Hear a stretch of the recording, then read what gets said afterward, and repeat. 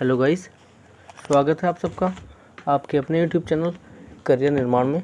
दोस्तों, आज हम पीआरटी की सीरीज़ शुरू कर रहे हैं प्राइमरी टीचर की, और उसमें हम previous year question paper solve करेंगे। उसका हर एक सेक्शन सोल्व करेंगे और किस तरह के क्वेश्चंस एक्सपेक्टेड हैं वो भी मैं आपको कराऊंगा।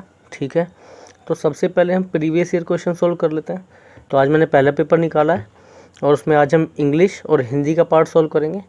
ये 2018 का पेपर है, उसके बाद 2019 के भी करेंगे, और पेपर से पहले ऑलमोस्ट सभी हम पेपर्स ख़त्म कर लेंगे। ठीक है, पहला question, the man at your local coffee shop has never left the country but speaks as though he has lived in London all his life, his British accent is an dash.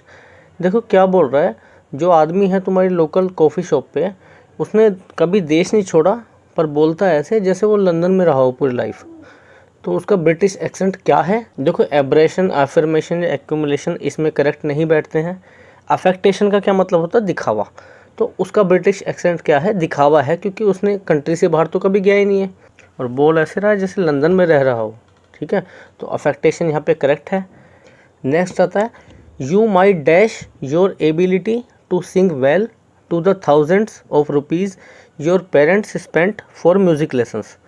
देखो क्या बोल रहा है, तुम जो अच्छा गाते हो ना, उसका क्रेडिट किसे जाता है? जो तुम्हारे पेरेंट्स ने तुम्हारी म्यूज़िक की क्लासेस के लिए, म्यूज़िक के लेसन के लिए पैसा खर्च किया है। ठीक है, तो यहाँ पे इम्प्यूट करेक्ट है, क्योंकि इम्प्यूट का मतलब होता है क्रेडिट देना, या तो क्रेडिट देना या फिर किसी को ब्लेम करना। अगर नेगेटिव सेंस में यूज़ करें तो ब्लेम करना होता है इम्प्यूट का मतलब, और पॉजिटिव सेंस में यूज़ करें तो क्रेडिट देना। ठीक है, एंटोनिम ऑफ स्ट्रेट। स्ट्रेट क्या होता है? कोई भी नैरो जगह को बोलते हैं स्ट्रेट। तो नैरो का एंटोनिम क्या होगा? वाइड। ठीक है, नेक्स्ट देखो, एक होता है मूट पॉइंट। मूट पॉइंट का मतलब होता है डिबेटेबल पॉइंट। तो मूट का मतलब डिबेटेबल हो गया, तो डिबेटेबल का एंटोनिम क्या होगा? इनकॉन्टेस्टेबल। इनकॉन्टेस्टेबल मतलब जिसके ऊपर कोई डिबेट नहीं हो सकती। ठीक है, मेटाफिजिक्स क्या होता है? मेटाफिजिक्स वो फिलोसफी है जो एग्जिस्टेंस के बारे में बताती है, नेचर ऑफ एग्जिस्टेंस। ठीक है, तो उसका सिनोनिम क्या होगा? मतलब उससे मिलती जुलती चीज़ क्या? ओंटोलॉजी। ओंटोलॉजी भी वही फिलोसफी है जो डील करती है एग्जिस्टेंस से। ठीक है, प्रोबेट। प्रोबेट होता है वैलिडेट करना, किसी चीज़ को कंफर्म करना। उसका एंटोनिम क्या होगा? कॉन्ट्राडिक्ट, क्योंकि कॉन्ट्राडिक्ट होता है किसी चीज़ का अपोज करना। ठीक है, नेक्स्ट आते हैं, if an employ strays from procedure for his own interest. Strays का मतलब होता है किसी नॉर्मल प्रोसीजर से अलग जाना। ठीक है, हिज सुपीरियर्स में dash him from his position. देखो, अगर वो प्रोसीजर से अलग जाएगा तो उसके सुपीरियर क्या करेंगे? उसे हटा देंगे, या उसे वो अपॉर्चुनिटी या अथॉरिटी देंगे नहीं। तो डाइवर्स्ट का मतलब क्या होता है? To deprive someone of authority. तो यहाँ पे डाइवर्स्ट करेक्ट है। Colour sable. कलर सेबल का कलर होता है ब्लैक, और थोड़ा सा इसमें ब्राउनिश क्या होता है? शेड होता है। तो यहाँ पे क्या बोल रहा है? What does the colour sable indicate? Colour sable indicate करता है ब्लैक कलर को और थोड़ा सा ब्राउनिश शेड। नेक्स्ट आता है, Sharma said that the turbidity in the segments of the river in India could be because of construction debris flowing down stream. जो नदियों में टर्बिडिटी हो गई है वो हो सकता है कि जो कंस्ट्रक्शन का जो भी वेस्टेज है वो फ्लो कर रहा डाउन स्ट्रीम में, इस वजह से। तो यहाँ पे टर्बिडिटी का मतलब क्या है? मर्कीनेस। तो यहाँ पे मर्कीनेस करेक्ट है। टर्बिडिटी का मतलब हो गया यहाँ पे मडीनेस या murkiness. Next, third person plural. देखो, प्लूरल का क्या मतलब होता है? बहुत सारे। देखो, आई का मतलब सिंगुलर है, कृष्णा भी सिंगुलर है, राधा भी सिंगुलर है, तो बचा कौन? दे। दे प्लूरल भी है और थर्ड पर्सन भी है।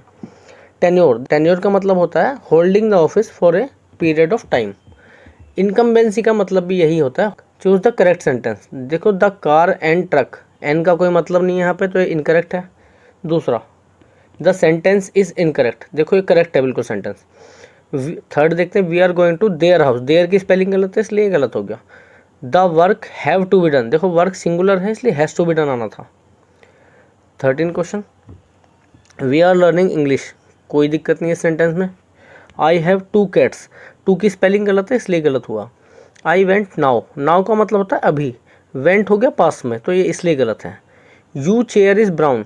देखो, यू का यहाँ पे कोई भी रेलिवेंस नहीं है, अगर योर चेयर होता तो करेक्ट होता। ठीक है, नेक्स्ट आते हैं, देखो कौन सा पंक्चुएशन मार्क यूज़ होगा यहाँ पे? हे, कैन यू हियर मी। देखो, क्वेश्चन पूछ रहा है क्या तुम मुझे सुन सकते हो, तो इसलिए क्वेश्चन मार्क लगेगा यहाँ पे। Synonym of suppliant. देखो, सप्लायंट वो होता है जो किसी भी चीज़ के लिए रिक्वेस्ट करे, हम्बल रिक्वेस्ट करे, उसे बोलते हैं सप्लायंट। तो इसका सिनोनिम क्या होगा? प्लीडिंग। प्लीडिंग का मतलब भी वही है, कोई हम्बल रिक्वेस्ट कर रहा है। इसके बाद पैसेज है गोविंदप्पा वेंकटा स्वामी के ऊपर। ये देखिए मैंने क्या बताया, पहले क्वेश्चन पढ़ लीजिए। Which of the following indicate that the economic condition of Govindappa Venkata Swami was not very good? देखो ऑप्शन पढ़ेंगे। He was the eldest. देखो एल्डेस्ट से कोई मतलब नहीं कि गरीब से अमीर से। फार्मिंग फैमिली से भी कोई रिलेशन नहीं है। 2 किलोमीटर चल के जाता था, इससे भी कोई रिलेशन नहीं है। हमारे पास ऑप्शन क्या बचा कि रिवर सेंट के ऊपर पढ़ता था। जिस स्कूल में वो पढ़ता था ना, उसमें मिट्टी के ऊपर लिखा जाता था, तो उसके पास इतने पैसे नहीं थे कि अच्छे स्कूल में जा पाए। Next question, which of the following happened first? देखो पहले क्या हुआ। देखो सीधी सी बात है, ये थोड़ा ट्रिकी क्वेश्चन है, ये मैं बताऊंगा कैसे ट्रिकी है। देखो क्या है यहाँ पे, देखिए सबसे पहले सेकंड पैराग्राफ में, Venkata Swami received his medical degree from Stanley medical college in Madras. ठीक है। उसके बाद 1951 में ही क्वालिफाइड विद एन MS। देखो पहले तो डिग्री ली, उसके बाद MS किया। Immediately after receiving his medical degree, देखो डिग्री लेने के बाद उसने 3 साल आर्मी में सर्व किया। इसका मतलब MS करने से पहले और डिग्री मिलने के बाद उसने इंडियन आर्मी में 3 साल सर्व किया। तो इसका मतलब कौन सी चीज़ पहले हुई थी? He serve for 3 years in the Indian army.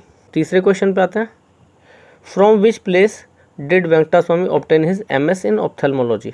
Ophthalmology में MS कहाँ से किया उन्होंने? देखो यहाँ पे लिखा हुआ है MS in ophthalmology eight government ophthalmic hospital Madras. ठीक है, ये मिल गया हमें। इसके बाद this passage is dash passage. देखो कैसा पैसेज है? देखो ये बायोग्राफी बता रहा है वेंकटा स्वामी की, तो इसलिए बायोग्राफिकल। दोस्तों अब हम देखते हैं हिंदी। देखो हिंदी में सबसे पहले पैराग्राफ दिया हुआ है, प्रसाद जी के नाट्यों का क्षेत्र डैश काल है। देखो इसमें लास्ट पैराग्राफ में पढ़ो, लास्ट लाइन, प्रसाद जी के नाटकों का क्षेत्र प्राचीन हिंदू काल है, तो प्राचीन हिंदू हो गया। उसके बाद निम्न में से कौन सामाजिक नाटक लिखने वालों में प्रमुख है? देखो 4 नाम दिए हुए हैं, अब देखेंगे हम यहाँ पे सामाजिक नाटक कहाँ लिखा हुआ है। सामाजिक समस्याओं पर नाटक लिखने वालों में लक्ष्मी नारायण मिश्र, उपेंद्रनाथ अश्क तथा भुवनेश्वर। अब देखो इसमें ऑप्शन कौन सा है? उपेंद्रनाथ अश्क, तो यही हमारा करेक्ट आंसर है। छायावादी काल में कैसे नाटकों की प्रधानता रही? पहली लाइन पे लिखा हुआ है छायावादी काल में ऐतिहासिक नाटक लिखने की धूम रही। ठीक है, तो ऐतिहासिक हो गया। अगला, महात्मा ईसा नाटक किसने लिखा? अब देखो उग्र ने महात्मा ईसा नामक साहसपूर्ण नाटक लिखा। किसने लिखा? उग्र ने। अगला क्वेश्चन, निम्न में से कौन ऐतिहासिक नाटक लिखने वालों में प्रमुख हैं? अब देखो पढ़ लेंगे ऐतिहासिक कहाँ लिखा हुआ है।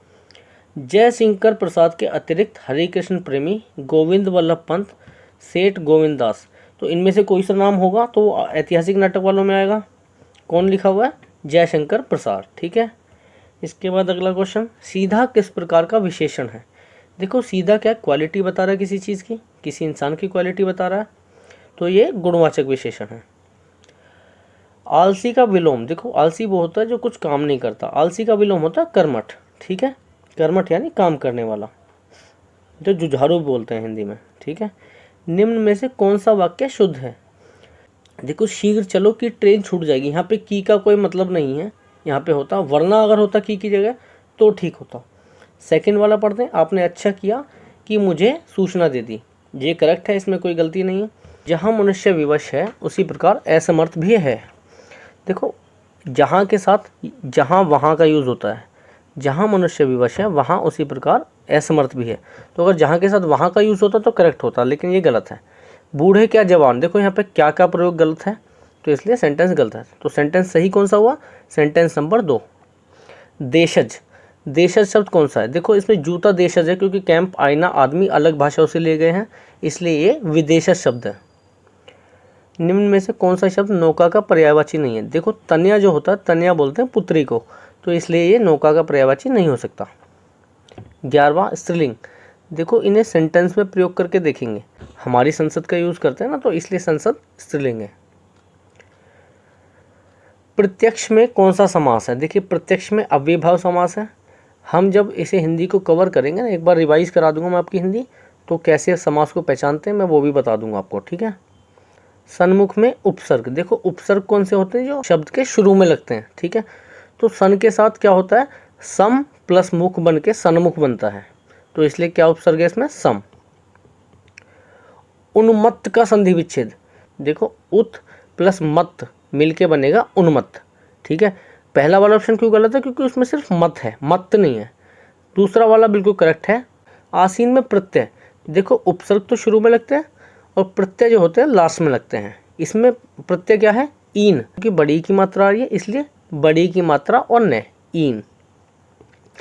निम्न में से जो कुछ ना जानता हो के लिए एक शब्द, देखो जो सब कुछ जानता है वो होता सर्वज्ञ और जो कुछ नहीं जानता वो होता है अज्ञ।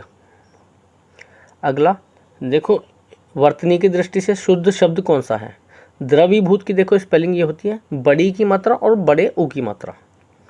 तद्भव शब्द, तद्भव शब्द कौन से होते हैं, जो थोड़ा चेंज होके आ जाते हैं हिंदी में, संस्कृत से जो थोड़ा चेंज होके हिंदी में आ जाते हैं। देखो छाता का संस्कृत शब्द है छत्र, छत्र जब हिंदी में आया तो उसे छाता बना लिया गया, इसलिए इसे तद्भव शब्द बोलते हैं। तो छाता क्या है, तद्भव। बहव, देखो बहव होता है फ्लो, बहाव भी बोल देते हैं। फ्लो क्या है, एक स्टेट दर्शा रहा है, नदी के बहने को दर्शाता है बहव, तो इसलिए क्या है, भाववाचक संज्ञा। तत्सम शब्द, देखो दीपक क्या है, संस्कृत से ऐसे ही उठ के आ गया है दीपक, संस्कृत से ऐसे ही उठ के हिंदी में आ गया है। हिंदी में से क्या बोलते हैं, दिया भी बोल देते हैं।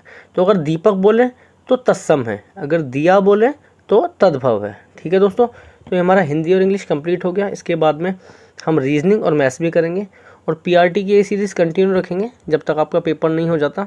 साइकोलॉजी की मैं अभी एनालिसिस कर रहा हूँ और अच्छे से आपके टॉपिक्स भी कवर कराऊँगा धीरे धीरे, और हमारे साथ आप बने रहिए। सब्सक्राइब कर लें और बेल आइकन भी दबा दें जिससे नोटिफिकेशन आपको टाइम टू टाइम आते रहे। और मैं आपको वादा कर रहा हूँ कि आपको इन वीडियो से ज़रूर बेनिफिट मिलेगा और आपका स्कोर भी बढ़ेगा, और मैं आशा करता हूँ कि आपका सिलेक्शन भी हो जाए, ठीक है। इसी उत्साह के साथ मिलते हैं नेक्स्ट वीडियो में। धन्यवाद।